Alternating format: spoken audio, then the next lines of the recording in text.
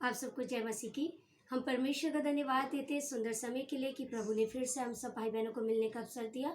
हम विश्वास करते हैं कि आप सब अपने स्थान में आनंदित होंगे, आशीषित होंगे और ठीक होंगे। हम प्रभु का धन्यवाद देते हैं।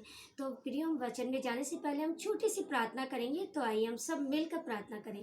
धन्यवाद धन्यवाद धन्यवाद धन्यवाद धन्यवाद इस सामर्थ्य पिता, अनुग्रहकारी परमेश्वर, हम आपका अद्भुत धन्यवाद देते हैं इस समय के लिए, अद्भुत समय के लिए जो आपने हम भाई बहनों को दिया। प्रभु जी, होने दीजिए पिता, जो भी किसी परेशानी में, दिक्कत में, ये पिता परमेश्वर वचन के द्वारा आत्मिक चंगाई आ सके पिता, हम आपकी बातों को सीख सके, मनन कर सके, चिंतन कर सके और एक दूसरे के लिए कार्य कर सके पिता। इस समय जब हम वचन की सेविकाई में जाते पिता, हमारी बुद्धि, हमारा ज्ञान, हमारी समझ नहीं, वरन पिता पवित्र आत्मा अगुवाई करता, हम धन्यवाद देते हो। बहुत से भाई बहनों को आत्मिक चंगाई मिलती है, हम धन्यवाद देते प्रभु।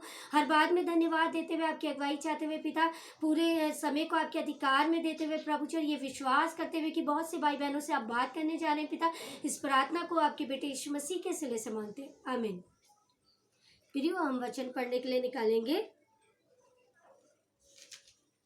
पहला राजा 17 अध्याय, उसका 14 से मैं 16 तक आपके सामने पढ़ूंगी, जहां इस प्रकार लिखा है, क्योंकि इस्राएल का परमेश्वर यहोवा यूं कहता है कि जब तक भूमि पर मेंह न बरसेगा तब तक ना तो उस घड़े का मैदा समाप्त होगा, न उस कुप्पी का तेल घटेगा। तब वह चली गई और एलिया के वचन के अनुसार किया। तब से वह और स्त्री और उसका घराना बहुत दिन तक खाते रहे, यहोवा के उस वचन के अनुसार जो उसने एलिया के द्वारा कहा था।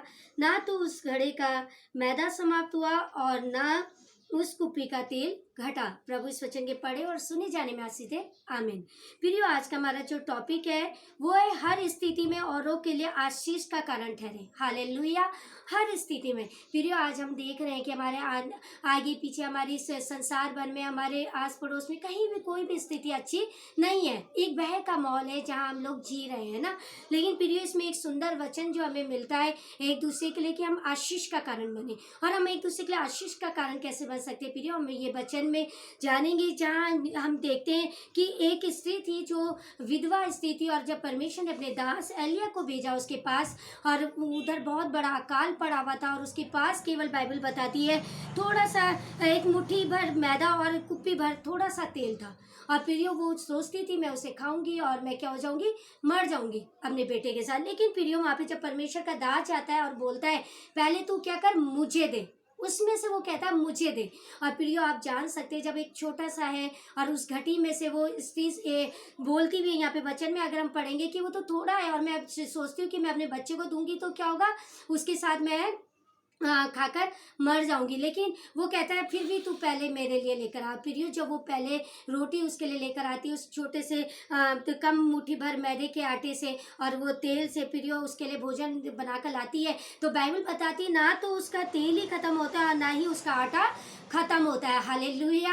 प्रियो, आज हम लोगों के जीवन में बहुत सी परेशानियां, दिक्कतें हम देख रहे हैं। बहुत से भाई लोग पर बेरोजगार हो गए, बहनें बेरोजगार हो गए, बहुत से परिवार जो एक कमाने वाला था प्रियो अब कोई भी नहीं रह गया। लेकिन प्रियो, बाइबल हमें बता रही है कि हम किस प्रकार एक दूसरे के लिए खड़े हो सकते हैं, हम किस प्रकार एक दूसरे की मदद कर सकते हैं। हम इस वचन के द्वारा सीखते हैं प्रियो, और आज वचन हमें सिखाता है कि हम एक दूसरे के लिए खड़े हो। यहाँ पे बाइबल में एक जगह बहुत खूबसूरत वचन है जहाँ याकूब में है कि यदि तेरा भाई बहन कहते भूखे हो तो तू उनसे यूं ना कह कि जा, और कुशल से कह कि तू जा और क्या करे, केवल प्रार्थना करे, वरन उसे क्या कहते हैं, उससे तेरा कोई लाभ नहीं होगा, वरन उनके लिए हमें क्या करना है, कार्य भी करना होगा, है ना। उससे क्या नहीं होगा, कोई भी लाभ नहीं होगा। मत्ती में 25-35 में कहा है, क्योंकि मैं भूखा था और तुमने मुझे खाने को दिया, और मैं प्यासा था तुमने मुझे पानी पिलाया।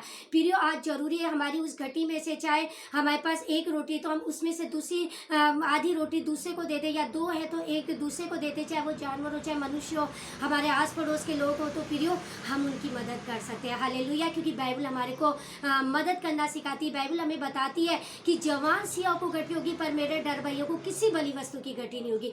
हम कल की चिंता ना करें प्रियो कि कल क्या होगा, लेकिन हम एक दूसरे के लिए खड़े हो और हियाब बांध कर प्रार्थना करके एक दूसरे की मदद करें, क्योंकि ये समय है कि हम एक दूसरे के लिए खड़े हो और मदद करें। हमारे पास कम है, हम जानते हैं कि कई लोग भाई बहन सोचते बड़ा बड़ा बैंक बैलेंस होगा, बड़ी बड़ी अमाउंट होगी तभी हम किसी की मदद कर सकते हैं। नहीं प्रियो, अभी बीते समय एक बहन का मेरे पास कॉल आया और आप जानेंगे कि वो एक छोटी नौकरी करने वाली बहन है, ज़्यादा बड़े वो जॉब नहीं करती हैं। इस कोरोना काल में वो रोज़ाना अपनी नौकरी में जा रही हैं, लेकिन प्रियो उस घटी में से जहाँ वो छोटी सी तनख्वाह उनके पास आती है, उसमें उसने किसी परिवार के लिए मदद के लिए हाथ बढ़ाया और बोला कि ये सामान आप क्या करना, ये था किसी परिवार को देना, क्या कि कोई जन भूखा न सोए अपने में से। प्रियो, आज हमें ऐसा खड़े होने की ज़रूरत है और हम विश्वास करते हैं कि परमेश्वर उस बहन को किसी बली वस्तु की घटी नहीं होने देगा। आज प्रभु चाहता है कि हम भाई बहन एक दूसरे के लिए खड़े हों, क्योंकि परमेश्वर का राज्य बातों में नहीं वरन उसकी सामर्थ्य में। हालेलुया। और आज जरूरी है कि हम प्रभु के कार्य के लिए खड़े हों, प्रभु की